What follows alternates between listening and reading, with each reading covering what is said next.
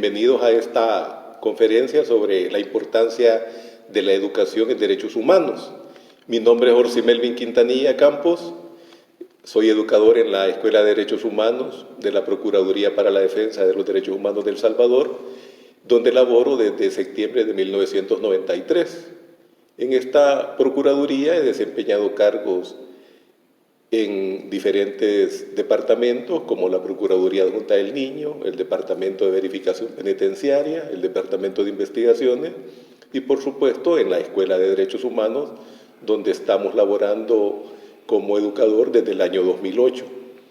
Y en esta oportunidad vamos a enfocar nuestra temática referente a la importancia que tiene la educación en derechos humanos como un derecho también a la educación. Así es de que sean todas bienvenidas y bienvenidos a esta temática y vamos a entrar ya a conversar sobre la importancia de la educación en los derechos humanos.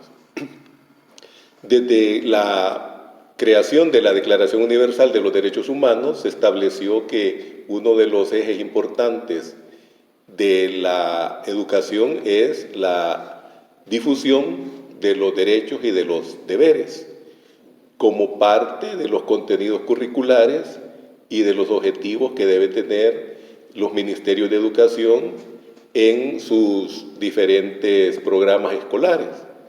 Nosotros en El Salvador tenemos esa obligación en la Constitución de la República, donde se establecen los objetivos de la educación y ahí pues se determina formalmente que nuestros programas educativos deben de contener el enfoque de derechos humanos, los valores, la tolerancia, incluso la integración centroamericana como un aspecto muy importante en la Constitución salvadoreña.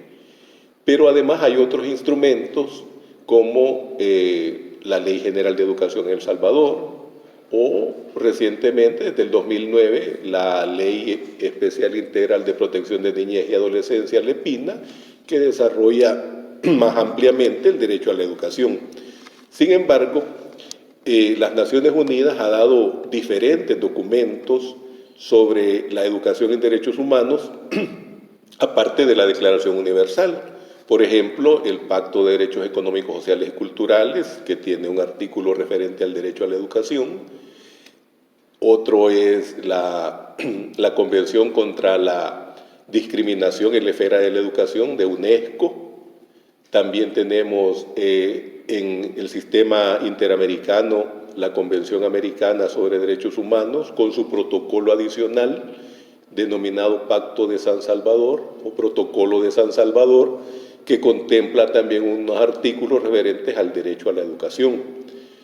Y además, Naciones Unidas dio una declaración en 1911 sobre el derecho a la educación en derechos humanos, ya referida específicamente a las oportunidades que debemos de tener todos los habitantes de cualquier edad, de cualquier condición, en cualquier condición, de conocer nuestros derechos. Y ahí establece obligaciones de los estados, obligaciones de los particulares, obligaciones inclusive de las procuradurías de derechos humanos, que se denominan pues, de diferente manera en los distintos países. Entonces, hay una formalidad en los diferentes instrumentos que obligan a los estados a la difusión de los derechos humanos en los sistemas educativos formales. Pero también existe una declaración denominada Declaración de los Defensores de Derechos Humanos, que tiene un nombre más largo, pero así es conocida, en donde también se plantea la posibilidad de que cualquier individuo, esté escolarizado o no, tiene la posibilidad de estudiar, defender los derechos humanos. Así es de que la educación en derechos humanos no se reduce al ámbito de la educación formal, sino que abarca toda la vida, todos los aspectos de nuestra cotidianidad, en donde continuamente están relacionados derechos humanos, como la vida, la integridad física, la libertad de expresión, la libertad de tránsito, los derechos laborales, el derecho a la salud, el derecho al trabajo, el medio ambiente también forma parte de este ámbito de derechos que debemos de promover y proteger. Siendo así, vamos a encontrar diversas, más que todo tres grandes aspectos en donde los teóricos, los estudiosos de la educación en derechos humanos manifiestan que podemos insertar la temática en el ámbito de la educación formal. Una de estas es que debe de haber una materia particular, una clase en donde maestras y maestros van a desarrollar contenidos relacionados a los derechos humanos. Ahí en estas clases pues debe de haber una muy buena apertura de parte de los docentes para que las temáticas sean conocidas en el entorno escolar, con, por ejemplo, temas de historia, de derechos humanos, la evolución que ha tenido, cuándo nacen, cómo se desarrollan, cómo se protegen, incluyendo, por supuesto, el reconocimiento de heroínas, de héroes, de víctimas, que han ido a lo largo de la historia reivindicando y luchando por los derechos humanos. Esto sería una parte de la historia, ahí pues podemos encontrar aspectos como los 10 mandamientos, pudiéramos hablar de Roma, de Grecia, inclusive el desarrollo mismo de hechos como la Segunda Guerra Mundial, la Primera Guerra Mundial, o en nuestra América, ¿verdad? Lo que sucede hace 500 años, que los españoles llegan a nuestro continente, para unos es descubrimiento, para otras conquista, para otros es denominado de otra manera, pero son hechos que los debemos de poner en la historia de los derechos humanos, y ahí surgen también víctimas, surgen defensores de derechos humanos como Fray Bartolomé de las Casas, entre otros. También ahí podemos ver en la historia cómo es que nuestros pueblos originarios conciben la vida, por ejemplo en el Popol Vuh, ¿verdad? Que somos hombres y mujeres de maíz. Así es de que podemos ir contrastando cuál es el origen de la vida de acuerdo a las diferentes culturas. También en esta parte de una materia específica, hay que examinar en cómo le vamos a denominar. Algunos dicen que puede ser moral y cívica, urbanidad, otros dicen que en ciencias sociales puede ser que se contenga la temática específica, pero lo importante es que se establecen contenidos, es decir, la estudiante va a identificar hechos, documentos, héroes, personajes que a lo largo de la historia han ido luchando por la defensa, la protección de los derechos humanos. También en estas materias específicas se pueden estudiar derechos en particular, por ejemplo, la libertad, la igualdad como un valor importante de los derechos humanos, la dignidad humana también, dándole el contenido específico, la tolerancia, la no discriminación, pueden estar en esos contenidos de la materia para evitar vulneraciones a derechos humanos. Ahí, por ejemplo, se pueden determinar qué recursos pueden existir para proteger derechos. Por ejemplo, si una persona es detenida por los agentes policiales de manera ilegal o legal, ¿qué puede hacer la víctima, sus familiares? Se pueden establecer ahí los mecanismos donde puede acudir la familia o la misma persona para denunciar violaciones a derechos humanos. Entonces es importante que el docente y la docente conozcan qué instituciones hay en su municipio, en su departamento, en su país, para que pueda derivar a los estudiantes o a sus familiares en la defensa de sus derechos.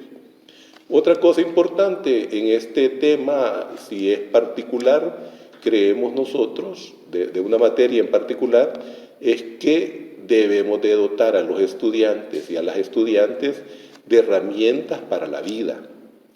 Muchas veces nuestros programas no se concluyen y los jóvenes, al salir del centro educativo, pues tienen que trabajar, pero no conocen cómo pueden enfrentar la vida laboral. Muchos no saben sus derechos laborales, no conocen la edad mínima para el trabajo, no saben a qué edad es legal en cada país ejercer un trabajo de manera formal, que tengan un carnet, aunque sea menor de edad.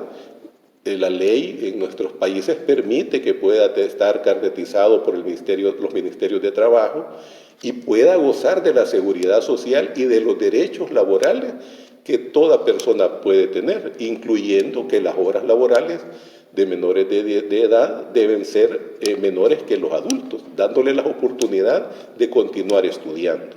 Inclusive no deben de desarrollar labores insalubres o peligrosas. Entonces, todos esos elementos sería importante consignarlos en un programa educativo donde exista una materia en particular relativa a los derechos humanos. La otra forma que los teóricos establecen de cómo debe o puede incluirse el tema de los derechos humanos en los sistemas escolares es que sea de manera transversal. Esto significa que en cada materia, cada docente puede ir incorporando las temáticas.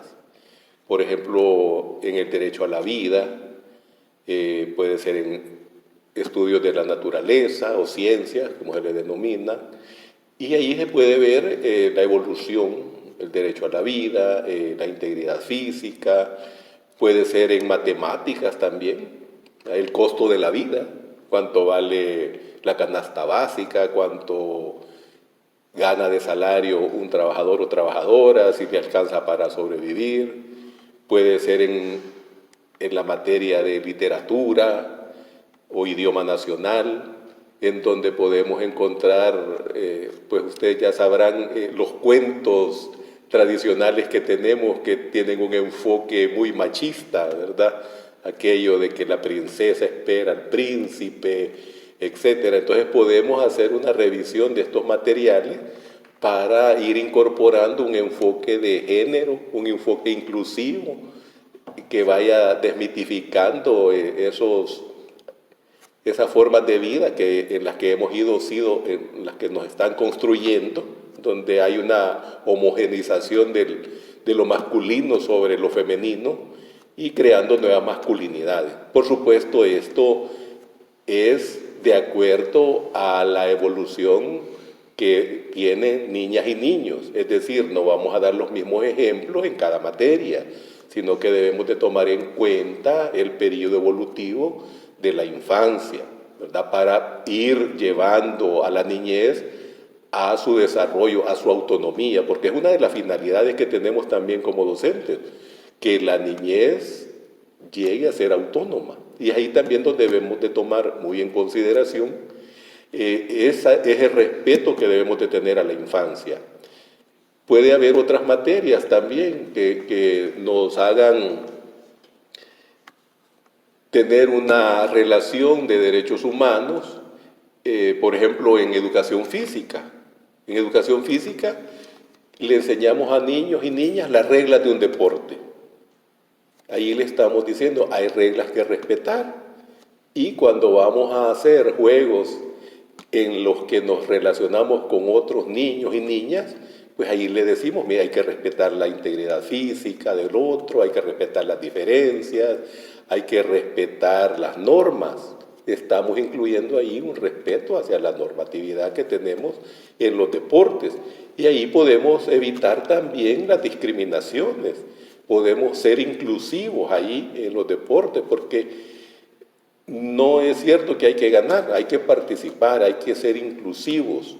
Y también Hay que dar espacio a otros deportes diferentes, porque muchos no participan, porque solo hay espacio en las escuelas para el fútbol, que abarca un gran espacio, y generalmente son los niños los que participan, quedando las niñas fuera. Entonces, el deporte también puede ser una manera inclusiva, ¿verdad? Allí no estamos diciendo el derecho humano a la inclusión, lo estamos poniendo en práctica. Entonces, ese es otro elemento bien importante en el tema de los derechos humanos. Nuestro currículo oculto, ¿cómo es la escuela?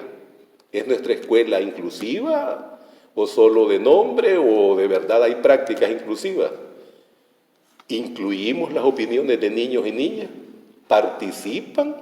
¿Son manipulados? ¿Nuestros consejos directivos escolares tienen una real participación? ¿Son tomadas en cuenta las opiniones de los jóvenes, de las señoritas? ¿Se toma en cuenta la diferencia de niñas y niños? Eso es importante que lo examinemos, porque de nada sirve que estemos diciendo en el salón de clases que somos iguales, que tenemos libertad, si en la práctica del centro escolar es todo lo contrario. Así es de que, estimadas amigos y amigos, les agradezco que hayan estado con nosotros en esta oportunidad y tal vez en algún evento posterior pueda saludarles.